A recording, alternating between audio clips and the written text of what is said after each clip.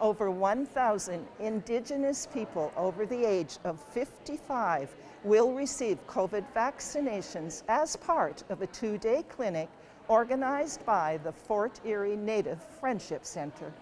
We started calling our community members about a month and a half ago to ask if they were willing to be vaccinated. And we took some people who, in the organization, who were willing to be vaccinated to talk to our community about vaccination.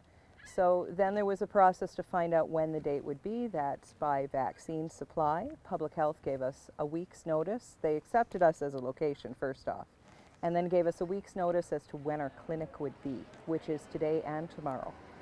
Now you partnered with Public Health. Who else did you partner with? We also partnered with our Indigenous community, so the local Métis Nation organization, Niagara Chapter Native Women, Niagara Regional Native Center, Brock University's Aboriginal Student Services, Niagara College Aboriginal Leads, the DSBN and Niagara Catholics Indigenous Leads, so that we wanted the information to be known broadly, to catch as many community members as we could.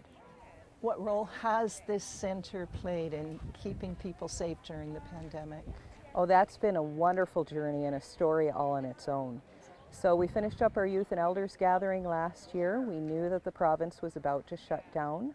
We sent most of our staff to work from home. We set that up. We had to get computers for everybody, get that set up.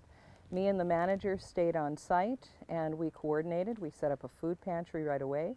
We got the staff working from home to call each and every community member twice weekly, doing wellness checks, making sure they were safe, making sure that they had food.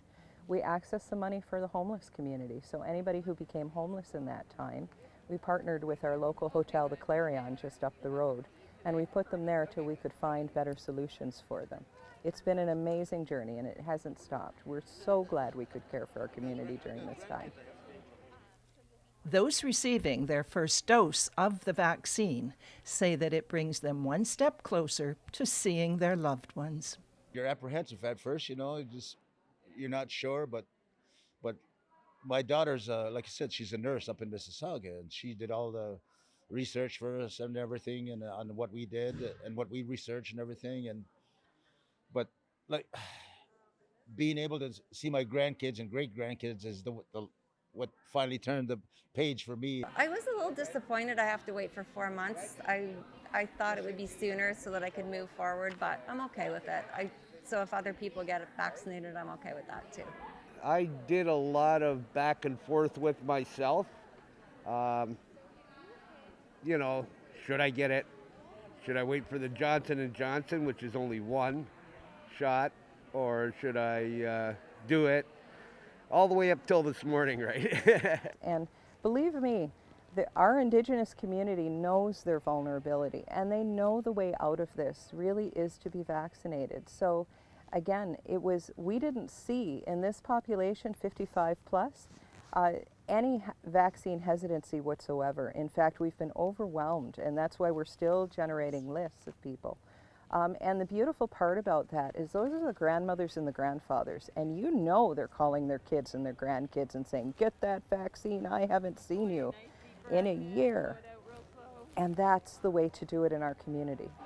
This is the first time the Source has had access to a vaccination clinic.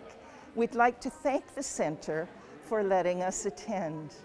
We hope this information will be helpful to you when it's your turn to get vaccinated. In Fort Erie, for The Source, I'm Brenda Schultz.